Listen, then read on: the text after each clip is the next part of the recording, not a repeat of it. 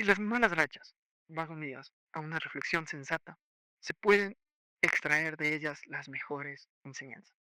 Al fracaso, a las malas rachas, saquémosle enseñanzas para que se perfeccione nuestros procesos.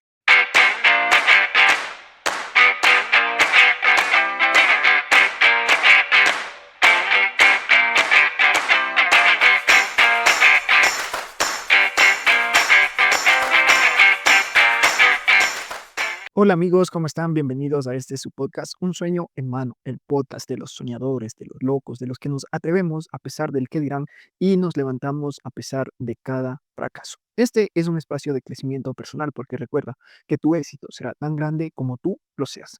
El día de hoy vamos a revisar algo muy interesante, un poco saliéndonos de los temas que hemos estado llevando, que han sido los temas espirituales. Vamos a ver la autobiografía de un inversionista muy famoso, Ray Dalio.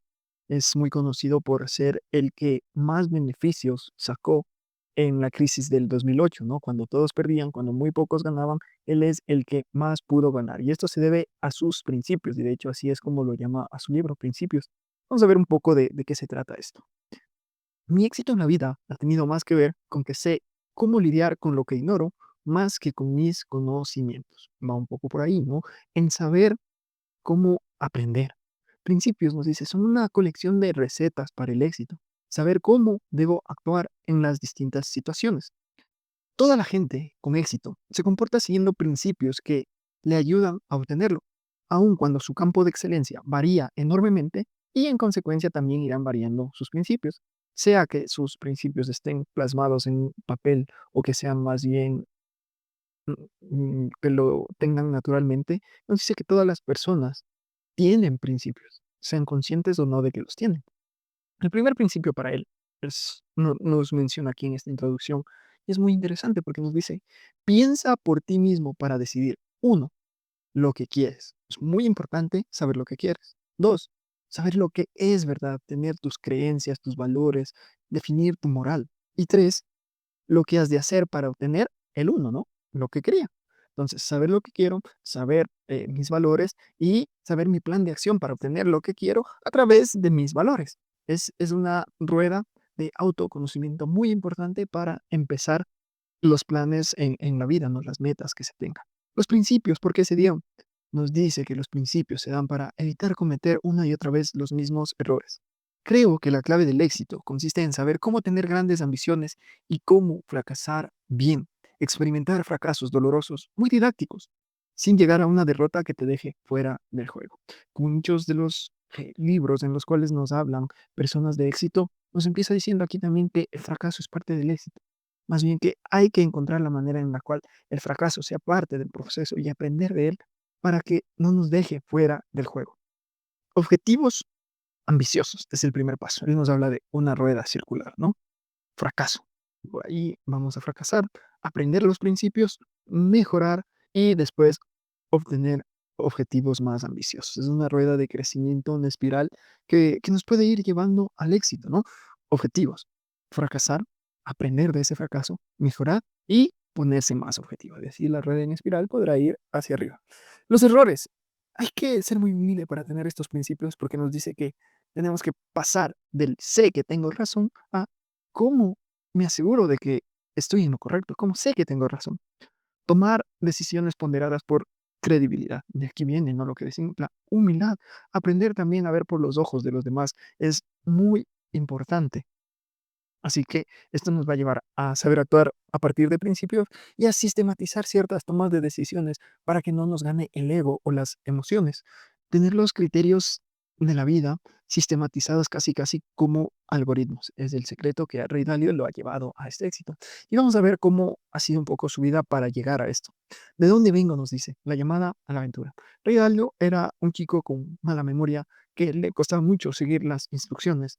Era un estudiante debajo de la media que no tenía buenas notas, de hecho, tenía muy poco interés y no le importaba mucho la aprobación. Interesante, ¿no? De hecho, esta es una de las razones por las que volví a leer este libro, ya lo había leído, y por las que quería compartirles. Me espejeo mucho, me veo mucho en él. Y algo que también defiendo muchísimo, y aquí él lo tuvo como virtud, porque es una virtud, la curiosidad.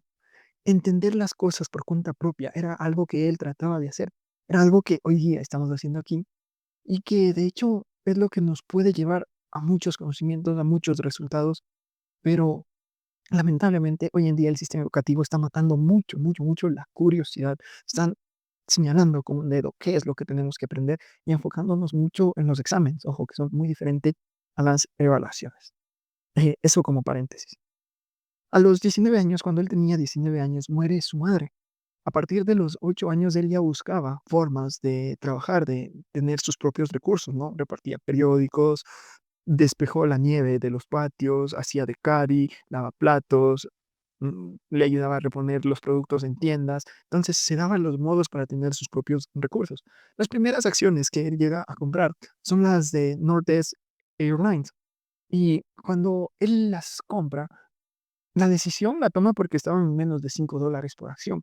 Lo increíble es que llegan a multiplicarse por 3. Entonces, llega a la conclusión con esta primera inversión, obviamente de suerte, las inversiones no funcionan así, que ganar dinero era facilísimo. Y lo que sí le iba a dar era una pasión. Encontró su pasión gracias a esta primera inversión. Me daba mucho más miedo el aburrimiento y la mediocridad que el fracaso. Entonces él ponía en una balanza, ¿no? El aburrimiento, la mediocridad que por ahí predomina en la sociedad al fracaso, que es lo que sí le temen las personas. Y muy interesante. Otra de las cosas en las cuales me reflejo mucho y espero que como apasionados de la vida también se vean reflejados. Los precios, dice, aprende a que se mueven con la esperanza de la gente. A veces nos enfocamos mucho en fórmulas algorítmicas, estadísticas para mirar los precios, pero todas estas fórmulas también se basan en que en los miedos de la gente, en las emociones, en el condicionamiento que tuvieron estas personas con experiencias pasadas. Se abre el mundo de la meditación, nos cuenta también, en primera instancia, por seguir el ejemplo de los Beatles, ¿no? Que nos dice fueron los que, o los primeros que eh, por ahí hicieron famosa a la meditación en Estados Unidos y pues la retoma después como hábito percibiendo los resultados que ésta le daba. Empieza invirtiendo en materias primas. Se llega a, a devaluar frente al oro, el dólar, inexplicablemente, ¿no? Y hace que el mercado suba un 4%. Sí, si el dólar se devalúa, lo lógico era que el mercado se devalúe con ello, ¿no? Y aquí empieza a haber cositas que le llaman la atención. Pero ¿por qué entonces el mercado sube si el dólar se devalúa? Y nace su primera necesidad de mirar al pasado para ver las causas, consecuencias de el comportamiento del mercado. Después de destacar en este tema de las inversiones, porque eran cosas que sí le llamaban la atención, le dan una invitación a la Harvard Business School. Entonces, aquí sí le llega a gustar porque quedan de lado los profesores, las pizarras, los exámenes y se dan casos de estudios real con los cuales sí empieza a aprender. En el mundo del trading, uno ha de mantenerse agresivo y defensivo al mismo tiempo. Si te falta agresividad, no ganas dinero. Y si no juegas a la defensiva, no conseguirás conservarlo. Las personas que se dedican a las inversiones, al comercio, esto me parece impresionante. Porque por un lado, si especulas mucho, si no te atreves a tomar decisiones de invertir, pues no vas a ganar. Pero por otro lado, si es que quieres mantenerte agresivo e invertir, e invertir, e invertir, esta avaricia, sí, porque la ambición, siempre he repetido, a mí me parece muy buena, pero la avaricia es ir más allá de las reglas, de incluso, hacerlo con honestidad, pues eso sí te puede, llevar a algo malo. Entonces, sí, ser agresivo para ganar, pero también ser defensivo para conservar el dinero que has ganado. Una regla para mí de oro en lo que es inversiones. Empieza trabajando en Dominic and Dominic y se va a la quiebra, ¿no? Lo despiden porque le da un golpe al jefe, a quien muestra también un poco su temperamento, un poco irracional que debió tener en sus tiempos. Y eso lo lleva a que en 1975 cree Brightweather Associates, que es su fondo de inversión, ¿no? Empieza con sus amigos. Y se viene aquí nuevamente la típica historia de quien empieza en el patio, en un cuarto pequeño, y empieza haciéndolo con materias primas, con lo que él sabía, vendiendo las materias primas a otros países. Le parecía que las acciones son tontos que compran o venden. Ese era su criterio, ¿no? Así que se basaba en ganado, en la carne, en los granos, que sí necesitaban consumidores. Entonces empieza a aprender los procesos agrícolas y lo que le gustaba era que había mucho una causa-efecto que le podían ayudar a establecer principios de inversión. Uno no puede estar nunca seguro de nada. Siempre hay riesgos que pueden afectarle gravemente, aun en los movimientos que parecen más seguros.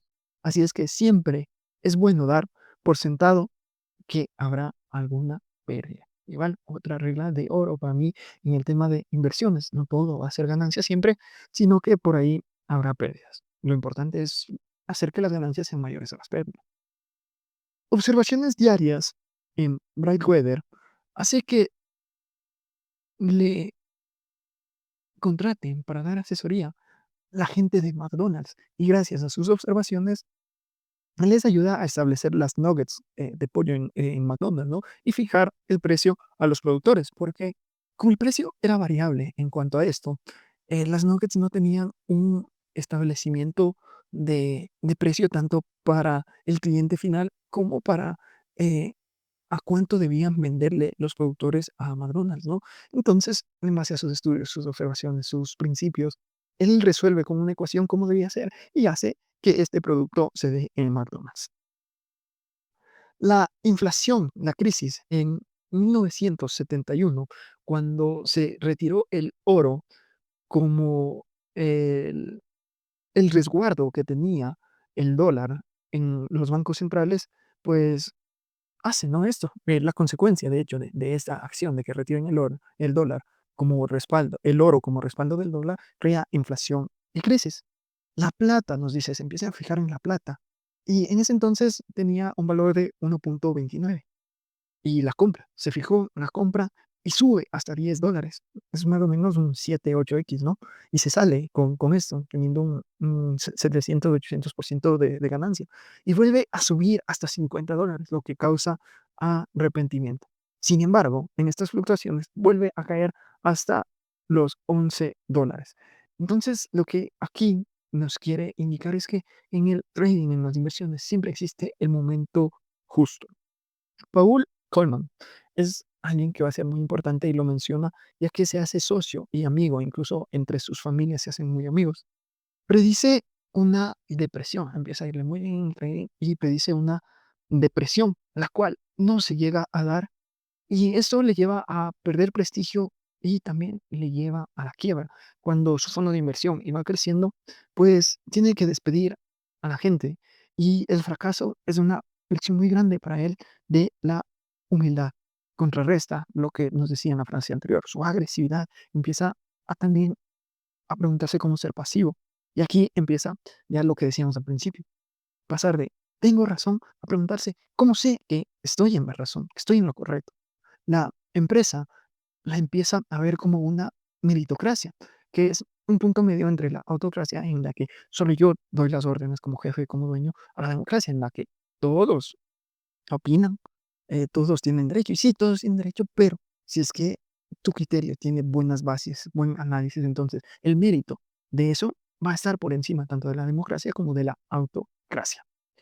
Un camino de pruebas. Nunca pensé que lo que hacía pudiera llamarse construir o en este caso, como quebró, reconstruir una empresa. Solo me proveía de los elementos necesarios para jugar mis cartas. Cuando empieza a levantarse de la quiebra, se da cuenta que estaba creando ya lo que podríamos llamar tranquilamente un imperio de las inversiones. La programación empieza explorando, ¿no? La programación le dice cuánto debería valer una acción versus su precio actual. Ahora, esto es un problema, ¿no? Porque no siempre se paga lo que debería valer algo, ¿no? El debería es una palabra lamentablemente muy enferma. La decisión, entonces, la decisión final de invertir o no, se basaba en una lista de criterios en los que se había basado según el análisis posterior. Las relaciones causales de la información. Estos algoritmos sí le iban a ir ayudando a definir su fórmula final, ¿no? Que es su criterio versus el ordenador. Entonces, el criterio podía llegar a ser sesgado y el ordenador le daba cifras precisas, sin emociones, sin que haya estos sentimientos de mercado que son los que a veces nos hacen perder el dinero. Así que le permitía los 2, ¿no? El ordenador le daba los datos precisos sin que estén sesgados y, pues, el criterio, eh, siempre tenía que estar dando los lineamientos para la máquina, ¿no? Entonces, no llegaba a conclusiones propias, sino que tenía criterios para tomar decisiones. El sistema, por lo tanto, era mayor que la predicción de cuánto deberían valer los precios. No predicciones, sino identificar los cambios importantes en el entorno económico mercantil. No trataba de predecir los precios, sino miraba los cambios y veía que esto iba a causar movimientos y se subían esos movimientos. Algo realmente muy interesante. Más que predecir cambios en el ambiente económico y anticiparnos a ellos, los examinamos a la vez que ocurren y movemos nuestros activos hacia los mercados que mejor resultados están dando en ese ambiente determinado. Entonces, veían qué pasa en el mercado y con esto tomaban las decisiones. Vendían la información también y a la vez se, daba invirtiendo a las personas, ¿no? Empezaba lo primero que empezó haciendo entonces es dar la información que él aprendía con sus principios, con mirar al pasado, con observar el mercado, pero para poder empezar a dar invirtiendo al resto de gente, pues, lo que solicitaba es tener parte de las ganancias. Si uno trabaja con todo ahínco y creatividad, puede conseguir casi cualquier cosa que se proponga, pero no todo lo que desee.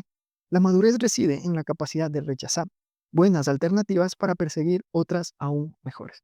Dicho de dar prioridad y enfoque nos quiere demostrar con esta frase, ¿no? Llega a ser el primero en hacer negocios en China, pero haciendo honor a la frase que acabamos de leerla, nos dice que prefiere cerrarla porque no podía, no abastecía su atención para poder hacerlo en Estados Unidos y en China, lo que sí le deja un gran cariño y también va a hacer que su hijo cree lazos y viva ya varios años. Él, dentro de su empresa, no tenía empleados, tenía relaciones significativas. Nos habla con respecto a esto. Nunca he valorado las relaciones tradicionales y antisépticas en las que la gente se pone una careta de educada y no dice lo que piensa de verdad. Muy interesante. Le gustaba la sinceridad, la honestidad extrema.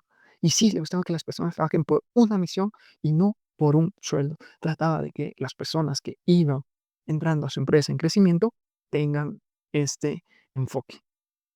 Pocos inversores con escasas acciones, ¿no? Así es como nos dice que llega al Viernes Negro, que se da el 19 de octubre de 1987, cuando fue el mayor descenso porcentual del mercado en un día. Entonces él aprovecha los patrones de cambio y en esta ocasión ya iba a dar señales de lo que él podía hacer con sus principios, ¿no? Cuando todos están perdiendo, ganar. Sin embargo, en 1988 dice que pierde la mitad de las ganancias. Y esto igual le da aprendizaje, hace que cambie sus modos operativos y con el tiempo perfeccionar lo que hace, ¿no? Todos los grandes inversores y enfoques sobre el mercado tienen sus horas bajas. Perder la fe en ellos en tales circunstancias es un error tan frecuente como volverse loco por ellos cuando ganan. La no emoción del mercado, ¿no? Sino la consistencia a través del tiempo es algo que nos quiere enseñar con esta frase.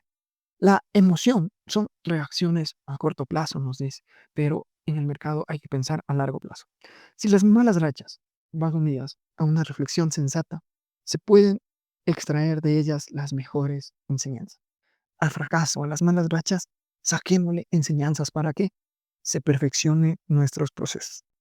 La capacidad de entender, por lo tanto, nos dice, es mejor y mucho más valiosa que los conocimientos. Y increíble. Justo ayer hablaba con mi papá, conversábamos de la inteligencia, ¿no? Y yo le decía una frase de Bruce Lee, le tengo más miedo al que ha dado una patada 1000 veces que al que sabe dar 1000 patadas. Y creo que aquí nos hace una referencia muy parecida, ¿no? Porque a veces nos enfocamos en conocer una cosa, conocer otra, y a veces no nos enfocamos. Pero la capacidad está de entender, de resolver problemas, de moldear la mente a los cambios. Es mucho más importante que tener un montón de conocimiento. Y a partir de esto, pues va teniendo aprendizajes y se da cuenta, una de las cosas que se da cuenta a través de estas reflexiones es que una cosa importante en el mercado, en las inversiones, es tener diversificación sin correlación. Kodak le reconoce la capacidad al Rey Dalio y le da un importante fondo. Y de hecho, él menciona que es el primer fondo importante que empieza a manejar. Si alguien se equivocaba y dejaba constancia de ello, bien. Si se obviaba esto último, el culpable estaba metido en un lío. Esto recalca la importancia de su honestidad al extremo. No le importaba que sus empleados se llegaran a equivocar, siempre y cuando sacaran una reflexión de ello y dejaran la constancia. Sin embargo, lo que sí le molestaba era que oculten esta información. Ahora, esto nos dice, le llega a dar un problema. La gente se desmoralizaba y no veían la intención que tenía detrás, ¿no? Creía que el hacer que la gente diga sus errores, pues era un poco exponerlos, hacerle quedar mal, hacer parecer como que no tenían la capacidad. Y aquí veía pues un inconveniente a su modo de pensar al cual no iba a renunciar, sino que más bien le iba a dar un giro. Y aquí, a partir de aquí, de este problema nacen los principios escritos, ¿no? Poner ideas sobre la mesa con sinceridad, eran así rezaban sus principios. Dar al desacuerdo reflexivo, dar pie al desacuerdo reflexivo, para que se pueda ir cambiando de opinión hasta llegar a la mejor. Y estrategias de decisión consensuadas entre las personas involucradas. Entonces, así cambiaba el enfoque de hacer sentir mal a la gente con hacer sentir que las cosas son justas. Los valores más importantes, o entre los más importantes para él, estaba la sinceridad y transparencia radicales. Las personas que trabajaban para él tenían que sentirlos como propios de estos valores. Y al final él nos habla de la recompensa definitiva. A a los 12 años de empresa, tenía ya 42 empleados con $4.000 millones de gestión y tenía una refinanciación continua. La gente en realidad empezaba a confiar en él. Era el primer gestor del mundo con bonos ligados a la inflación, lo que le permitía, con menos riesgo, tener mayor beneficio. Y aquí nos habla de el resultado que obtuvo, de mirar la correlación negativa con bonos y acciones a largo plazo, ¿no? Ya no tenía una diversificación que entorpecía, ¿no? Sino que al no tener correlación, pues hacía que cuando pierda no sea una cadena de pérdidas, sino que pierda aisladamente y las otras inversiones que hacía puedan llegar a ganancias.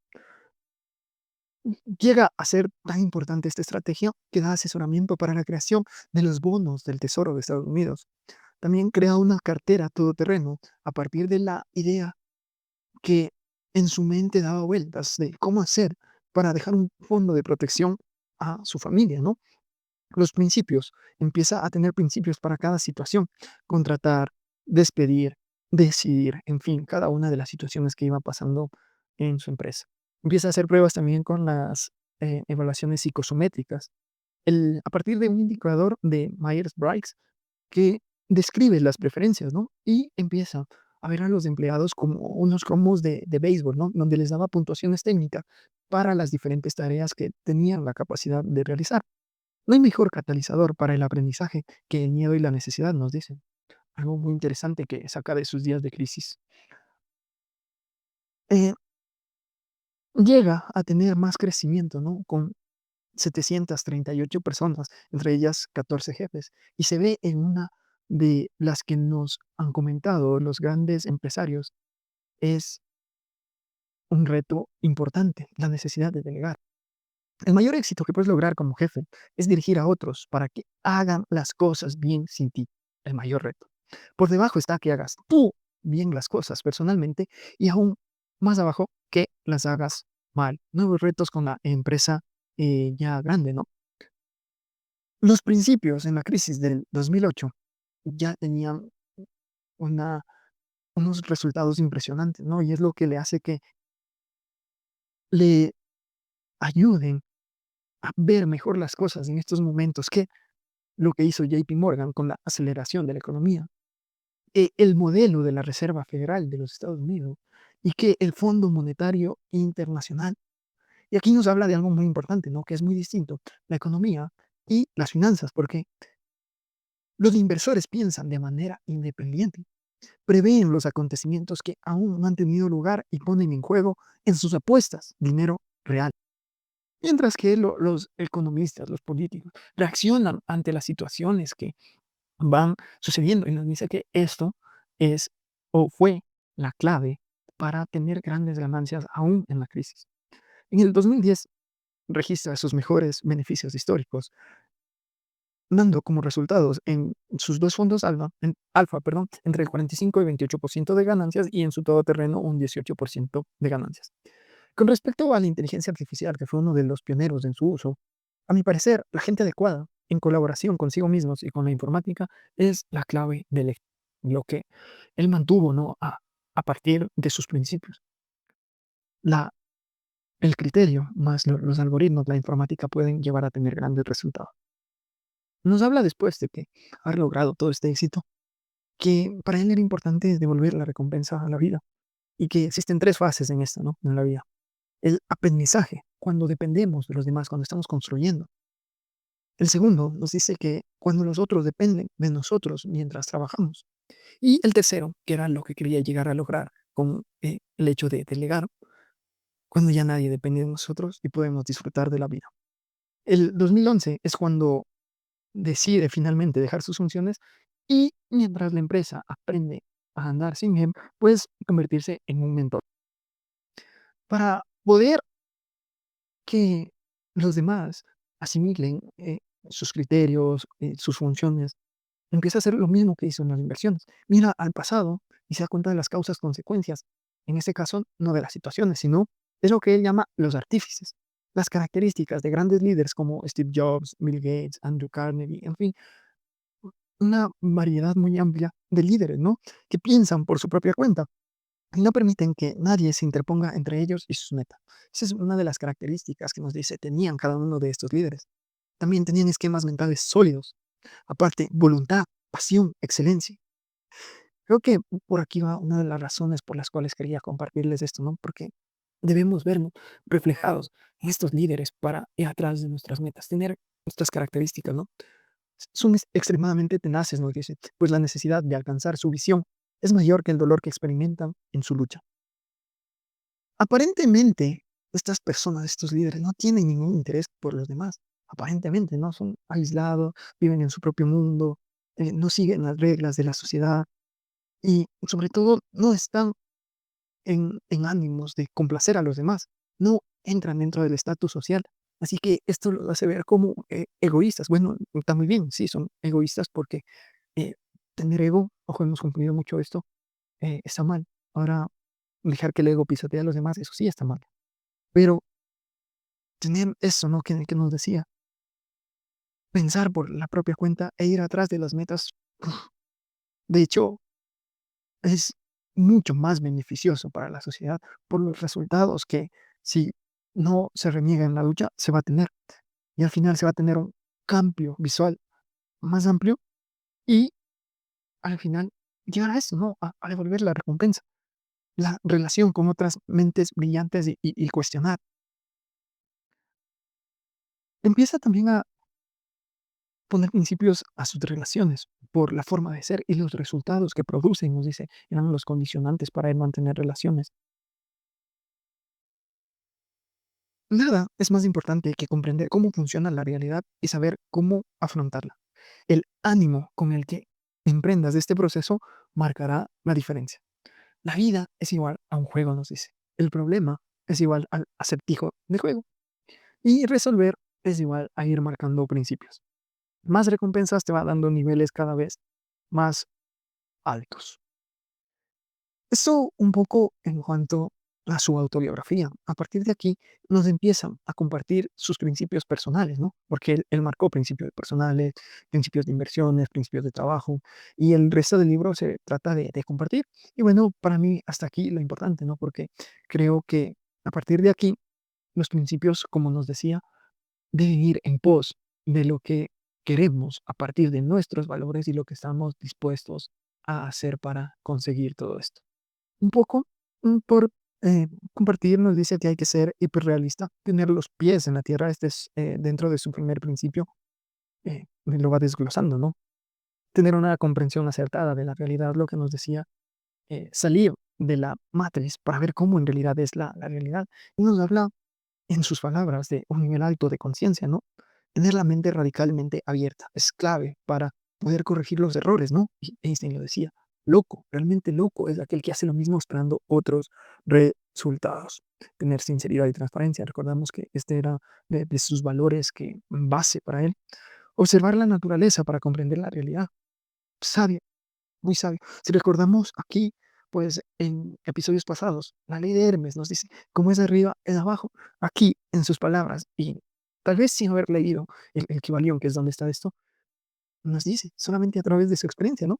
Observa la naturaleza y observarás y comprenderás la realidad.